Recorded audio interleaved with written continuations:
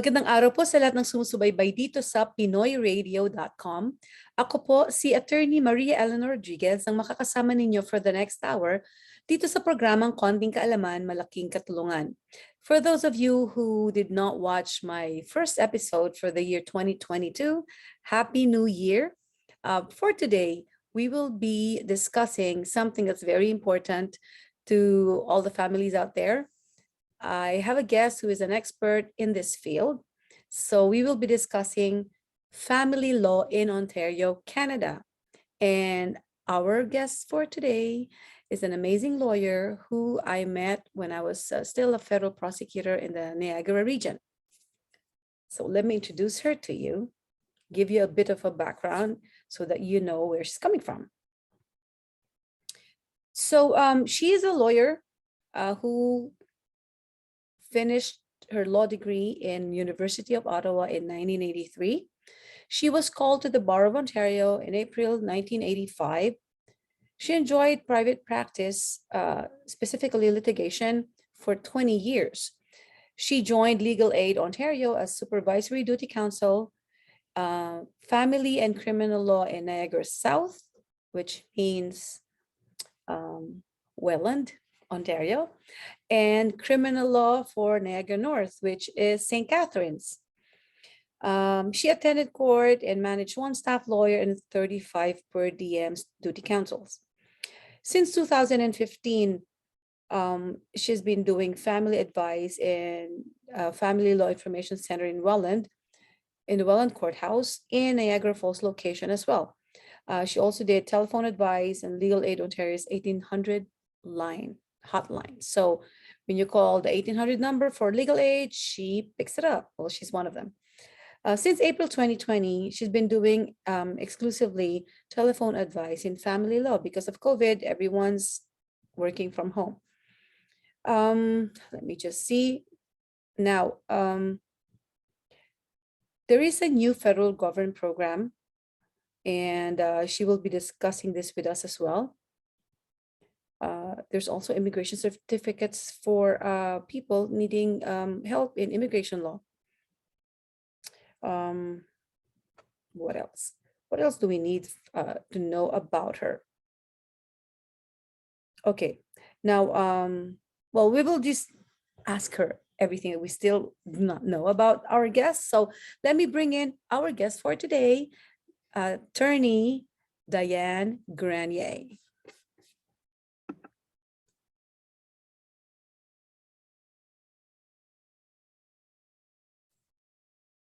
Come in, Diane. You are muted.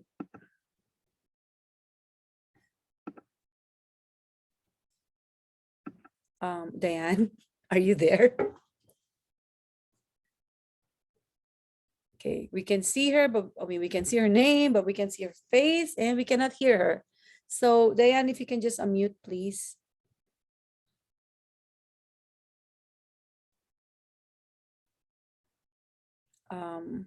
Okay, let's see what's happening.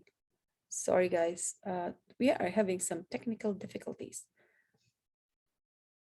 There you go. My goodness, I'm sorry. It's okay.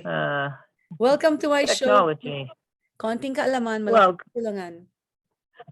Well, Happy New Year, and it's Happy New Year to you. So great to see you, and I'm very pleased, and thank you for inviting me to this. This is important. It's been a year since we were supposed to do this show last year, January 2021, right? But then life happened, so. It does. And interestingly enough, it's probably just as well because the law has changed quite enormously in 2021 or leading up to 2021. So in March of last year, many important legislative changes took place in the area of family law. Oh, perfect. So, yeah. So had we done this in January, yeah, we would have missed all these. Yes. Well, we'd have to do it again anyway. We would have had to do a repeat. But maybe we should start with the basics. Now, we all know that in Ontario, a lot of people do not really, well, the only people that know about family law are family lawyers anyway, family law lawyers. So if you're not a lawyer, even if you're a lawyer, if you're not doing family law, you wouldn't really know anything about it. So, and we know that a family law is very important because there's always families everywhere, right? And I'm sure you see a lot of action in court. You know, honestly, I did not want to practice family law because I heard some horror stories about it. You know, because compared to criminal law, I heard that criminal law criminal law clients, if you're on the defense side, I guess they're, how do you say, not nicer, but they're more they listen to their lawyer, right?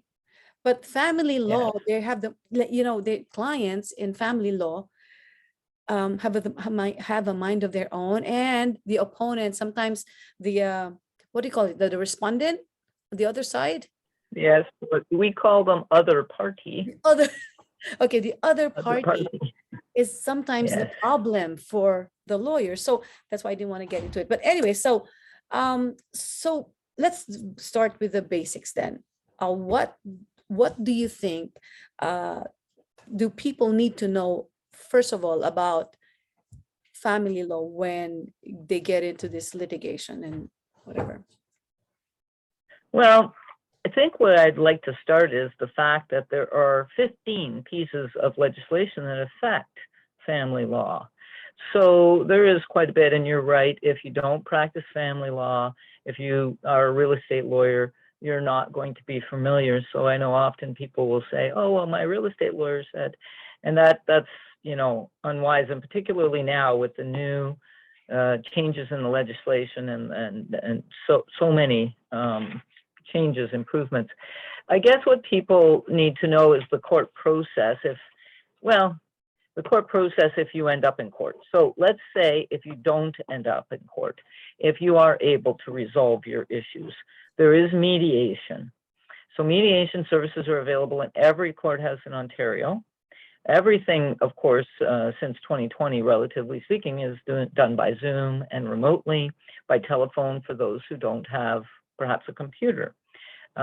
So you can access all of those resources and help.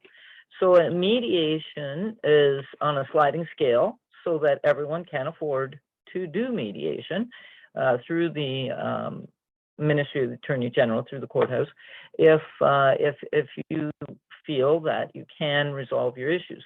And mediators are trained to address the issues of domestic violence or, maybe power imbalance.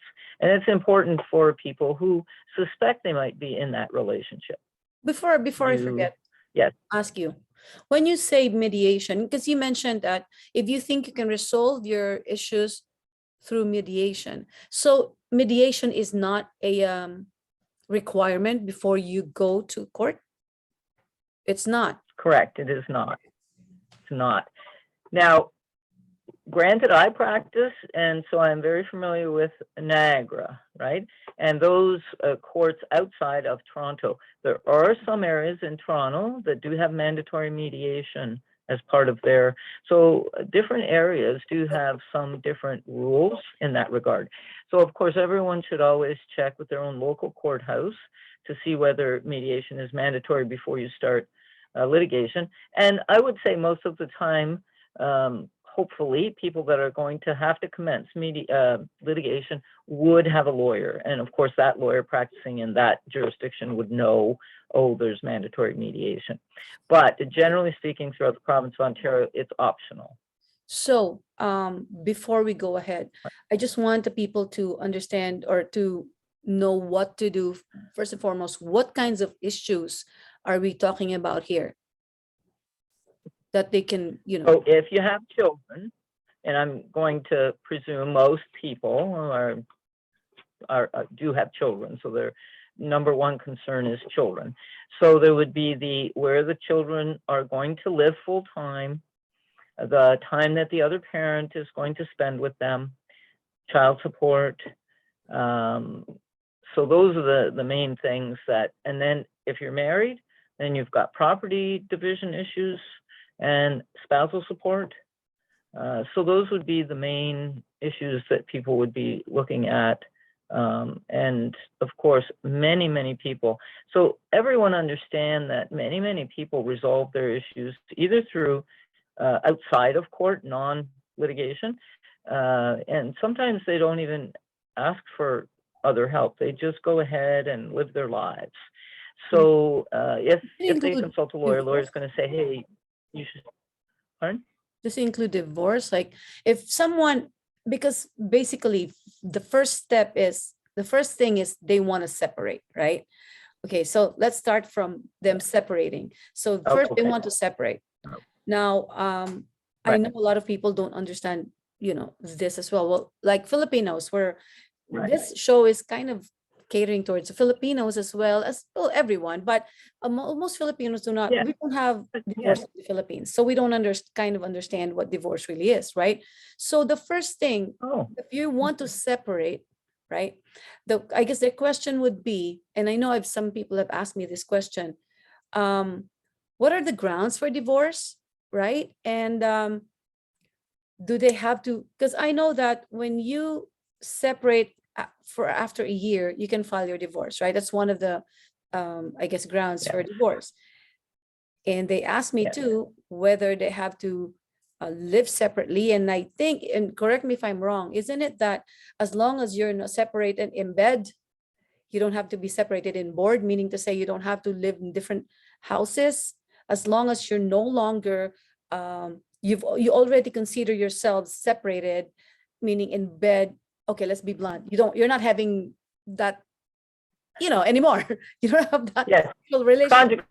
Conjugal relationship. Yes. So let me explain that then. And I didn't know there was not divorce in the Philippines. So you see, we all learned something. But under the Divorce Act, there is the concept of living separate and apart under the same roof. And that is occurring far more since 2020 than I think I've ever seen, because of the situation in the world, right? Being able to find rental, it's very difficult, but also the movement and just all the issues that have arisen that people are too well familiar with. So that separate and apart under the same roof really is that you are living separate lives. So you're not having meals together, you're not doing groceries together, you're not holding yourself out as a couple in the community.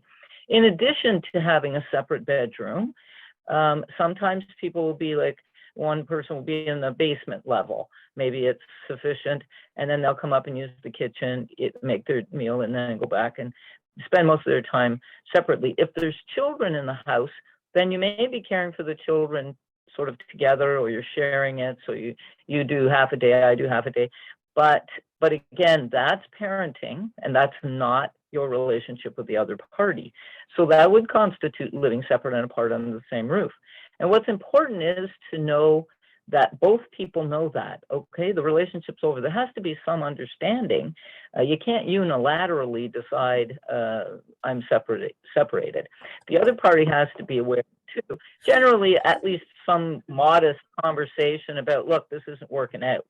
And, because having a separate bedroom by itself does not always constitute being separated. There are many people that don't share bedrooms, but they are still in a relationship. So it's all the components that would add up to living separate and apart under the same roof. Diane, so what if you're living in this under one roof, you're still sleeping in the same bed, but you're really separated? I mean, it's happened, right? Well, okay, Maria, let me put it this way. There's no bed police. So they're not coming to see, are you sleeping in the same bed? Okay. I'm sure, I'm certain people, but the concept is that you're living separate lives, and mostly publicly that's an important component. You're not holding yourself out as a couple. Okay. And you are probably in the same house for financial reasons, like that it's a matrimonial home. You're getting it sold, and when you sell it, then you each have money you're going to buy or rent. That's probably the most common, or you just can't find alternate accommodations and you're working on it and you want to do that, but there's a time lag there. So that would be separate and apart. Now, to get a divorce, yes, 1 year from that date, it would permit you to get a divorce under the legislation based on 1 year separate and apart. So I'll just deal with the other two grounds of divorces, which are cruelty and adultery. And I can say right now that no one, almost no one, would ever proceed on either of those grounds, regardless of the fact of them occurring. The fact that there's adultery and the fact that there's domestic violence or cruelty still does not mean that you should proceed with a divorce based on those grounds. It could occur, it might occur. You certainly need to hire a lawyer, and that lawyer has to say, yeah, that's the proper grounds, because that is complicated, much more complicated than separate and apart 1 year. There you go. Now, having dealt with the grounds for divorce and the 1 year separate and apart, the other two you have to prove, and proving things can be a little more complicated than one might think. You know, the private investigator thing, that's stuff that truly, in my years of practice, I only was involved when I was an articling student, believe it or not, in pursuing a divorce based on adultery, because it just isn't worth the effort or the trouble to prove those issues for the purpose of divorce. Now, let's get into, though, the reality, because over the years, there has been a shift that a judge will not grant a divorce until the children have been provided for. So you cannot get a divorce without having an order for parenting time and decision-making and child support. Those issues have to be, well, I shouldn't say order, but those things have to be resolved. They can be resolved by a separation agreement. They have to be in writing or by a court order. So many people do separation agreements. Some do them on their own. Of course, it's always best to have a lawyer, but many people, again, financially can't afford that. So they will do an agreement in writing that deals with the parenting time, the care of the children, the financial issues, support. And then based on having that and the appropriate current support being paid based on whatever the parenting time is, and we'll get into that. So you can't just say, oh. Okay, we're having technical difficulties again. I think Diane has frozen. Diane, you're frozen. I know you're in Canada. That's why you're frozen. Is it snowing there? Okay, Diane. Okay, let's see. Sorry, guys. We're just gonna wait until Diane here comes back. So while we're waiting for Diane to unfreeze, let me just tell you something about cruelty and as a ground. So she's right about that. It's really in order for you to use that ground as ground for divorce, you're gonna have to prove that your spouse was cruel to you. Now, what are the acts that make him cruel? Well, anything, clearly assault is cruel, right? But there are other acts that can be considered cruelty. Question is, will the judge consider that cruelty? And like Diane said, you're going to have to prove that in court. So most people would just rather wait for a year from the time they separated to file their divorce under the first ground, which is been separated for a year. Now, sorry. In the meantime, while we're waiting for Diane to come back, we'll just take a little break and we will be right back with more information about family law.